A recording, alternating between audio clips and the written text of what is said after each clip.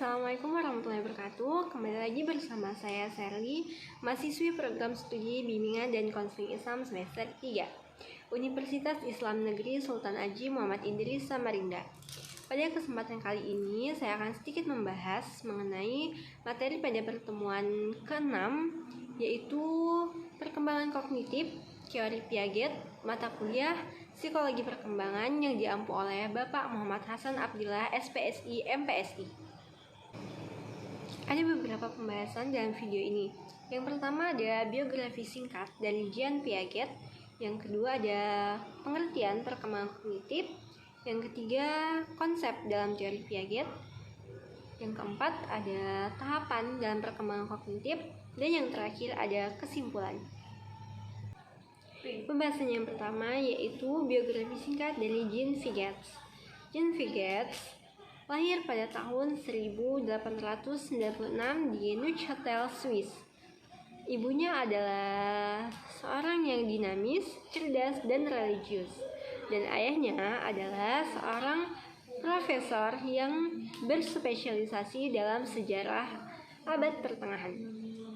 Jean Piaget adalah seorang filsuf, ilmuwan, dan psikolog perkembangan Swiss yang terkenal karena hasil penelitiannya tentang anak-anak dan teori perkembangan kognitifnya. Pembahasan kedua ada pengertian perkembangan kognitif.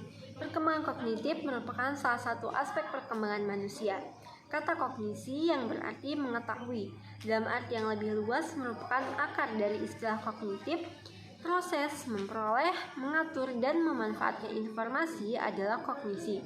Perkembangan kognitif didasarkan pada struktur atau skema mental seseorang yang mengontrol bagaimana persepsi bekerja, sejauh mana seorang individu telah berkembang secara kognitif, menentukan sejauh mana mereka telah berkembang secara spiritual. Kemampuan seseorang untuk mengolah semua informasi yang ada di lingkungannya akan meningkat seiring dengan perkembangan kognitifnya. Ada 6 konsep dalam teori Piaget. Yang pertama ada intelijensi. Piaget mengartikan intelijensi secara lebih luas, juga tidak mendefinisikan secara ketat.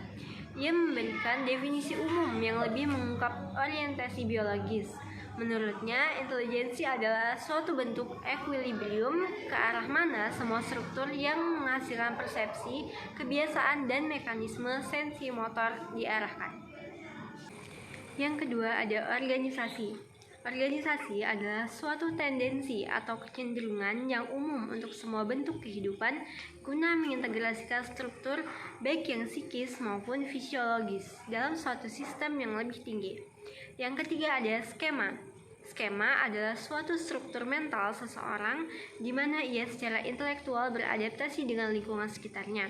Skema akan beradaptasi dan berubah selama perkembangan kognitif seseorang.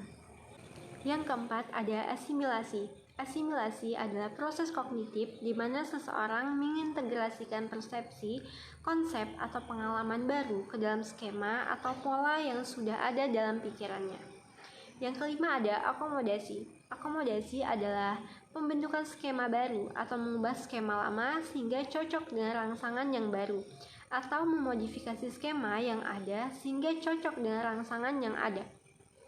Yang terakhir ada ekuilibrasi. Ekuilibrasi adalah keseimbangan antara asimilasi dan akomodasi, sedangkan diskuilibrasi adalah keadaan di mana tidak seimbangnya antara proses asimilasi dan akomodasi. Ekuilibrasi dapat membuat seseorang menyatukan pengalaman luar dengan struktur di dalamnya. Pembahasan selanjutnya ada tahap perkembangan kognitif. Yang pertama yaitu tahap sensori motor dari umur 0 sampai 2 tahun. Ciri pokok perkembangannya yaitu anak mengalami dunianya melalui gerak dan inderanya serta mempelajari permanensi objek. Tahap paling awal perkembangan kognitif terjadi pada waktu bayi lahir sampai sekitar berumur 2 tahun. Tahap ini disebut tahap sensori motor oleh Piaget. Pada tahap sensori motor, intelijensi anak lebih didasarkan pada tindakan indrawi anak terhadap lingkungannya. seperti melihat, meraba, menjamak, mendengar, membau, dan lain-lain. Menurut Piaget, mekanisme perkembangan sensori motor ini menggunakan proses asimilasi dan akomodasi. Tahap-tahap perkembangan kognitif anak dikembangkan dengan perlahan-lahan melalui proses asimilasi dan akomodasi terhadap skema-skema anak karena adanya masukan, rangsangan, atau kontak dengan pengalaman dan situasi. Yang kedua ada tahap operasional dari umur 2 sampai 7 tahun. Ciri pokok perkembangannya adalah penggunaan simbol atau bahasa tanda dan konsep intuitif. Dalam tahap ini, anak sangat egosentris. Mereka sulit menerima pendapat orang lain. Anak percaya bahwa apa yang mereka pikirkan dan juga alami menjadi pikiran dan pengalaman orang lain. Mereka percaya bahwa benda yang tidak bernyawa mempunyai sifat bernyawa.